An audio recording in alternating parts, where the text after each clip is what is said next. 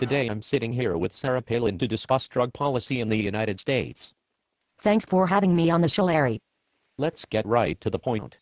$1 trillion spent on the war on drugs, and nothing has been gained. I disagree, Larry. We've created job security in law enforcement, and we're getting, that stuff off the street. Let's talk real statistics. There were 847,863 arrests for marijuana in 2008. Well, I think that only proves that we're winning the war on drugs. Let me finish, of which 754,224 of those arrests were for possession only. But, Larry, marijuana is bad, and it's a crime. BP has created an ecological disaster in the Gulf. Do you think anyone will go to jail for that? No, Larry. If they're guilty of a crime, then so is every politician that let this happen. And we don't accept responsibility for anything. Have you frickin' seen our approval ratings? You make a good point. Maybe BP and the politicians are equally guilty. Larry, I didn't say that. Right, let's get back on topic. Have you ever used marijuana? Duh. Okay, clearly, you're avoiding that question. How about alcohol? Do you ever use alcohol? Let me look at my notes. I can see Russia from my backyard. Alright, it doesn't look like we are going to get a straight answer today. $50 billion spent on the war on drugs on an annual basis, $136 million per day, $5 million per hour, $95,000 per minute, $1,500 per second. What do you have to say about that? Boy, Larry, it's tough to be a conservative with those numbers. Do you think a person should be jailed for possession? The United States has 5% of the world's population, and 25% of the world's prison population. Golly gee, Larry, that's a lot of naughty boys and girls. But seriously, gosh, imprisonment is big business these days. Did you know we have privately operated prisons in the United States? I mean, Larry, this is big business.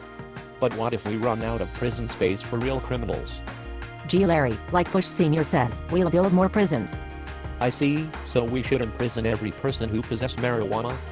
Larry, everyone knows politicians don't play by the same rules as everyone else. Our kids don't go to jail like normal kids do. Seriously, what do I care? Unless, of course, they vote for me in 2012. That's correct. In 1994, Republican Dan Burton backed the death penalty for drug traffickers, but his opinion changed quick when his son Dan Jr. was convicted of felony possession with intent to distribute. Burton asked the judge for leniency. Larry, that just goes to show drugs are bad, okay?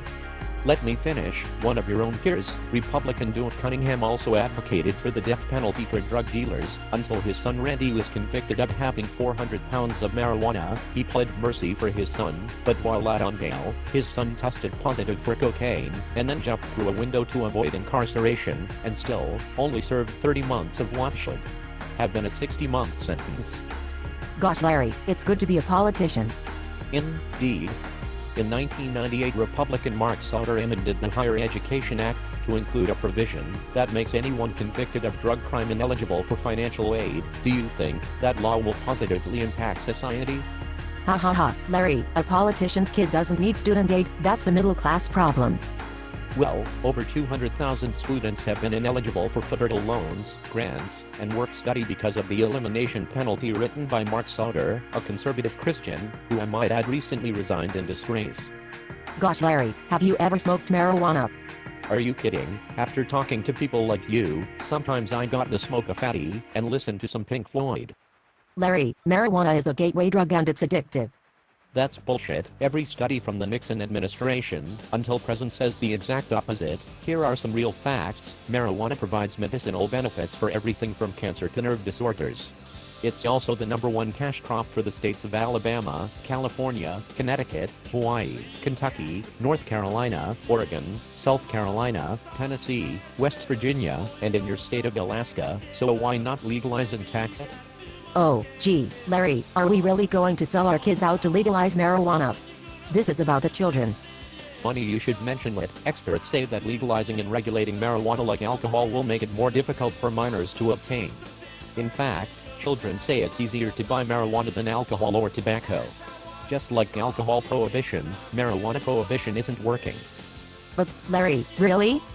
Watch out for my medallion, my diamonds are reckless, feels like a midget is hanging from my necklace. That's right, I'm busting out with some ludicrous Well, Larry, I'm a tea partier, and when you make a friend in the tea party, we call it getting teabagged, and I've been teabagged by everyone.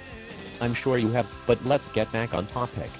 Recently we have seen abusive law enforcement tactics, in which law enforcement is using paramilitary tactics. Most recently, we saw those cowards in Columbia, Missouri smash down the door and shoot the dog of American citizens in front of their children. What do you think about that? Golly gee, Larry, the Columbia Police Department cleared themselves of any wrongdoing, and actually found a pipe with residue. Did you hear me? A pipe with residue. Those criminals were charged with child endangerment. Really, the Columbia Police Department investigated themselves and found no wrongdoing. Big surprise.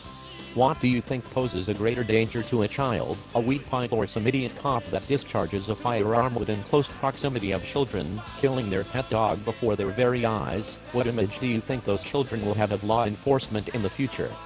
But Chief Canberton admitted they did some things wrong, and now policy is going to change. Isn't that good enough? Absolutely not. Chief Burton should be fired for incompetence, and the police officer that discharged his firearm should be terminated and prosecuted. Larry, this is an isolated incident. This stuff does not go on every day. If that's what you think, then you're an idiot.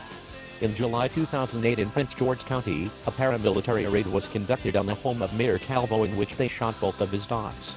Mayor Calvo is quoted as saying, "My government blew through my door and killed my dogs. They thought we were drug dealers and treated us as such. I don't think they considered that we weren't." Calvo and his mother-in-law were handcuffed and interrogated for hours while surrounded by the dogs' carcasses lying in pools of blood. Yeah, but Larry, the Prince George County Sheriff's Department expressed regret. Isn't that good enough? No. Well, gee, Larry, you know, Sergeant Mario Ellis said deputies apparently felt threatened by the dogs. Maybe these jokers should be trained as dog catchers before being allowed to smash into someone's house with military weapons, all that specialized training, and they can't hit a dog with a tranquilizer. Perhaps the public should start reacting like law enforcement does when one of their dogs is shot. There seems to be a double standard here, and citizens need to start holding these cops accountable with a civilian review board for every department. It's becoming increasingly difficult to determine who is the greater threat when comparing cops to criminals. Terrorism is defined as the state of fear and submission produced by terrorism or terrorization. Don't listen to the media, do your own research, and come to your own conclusion. Vote these politicians out of office, who are responsible for creating ridiculous drug policies. Start exercising your constitutional rights. Demand the end to abusive law enforcement tactics. This is Larry King saying, "You're fucked, America. Get used to it."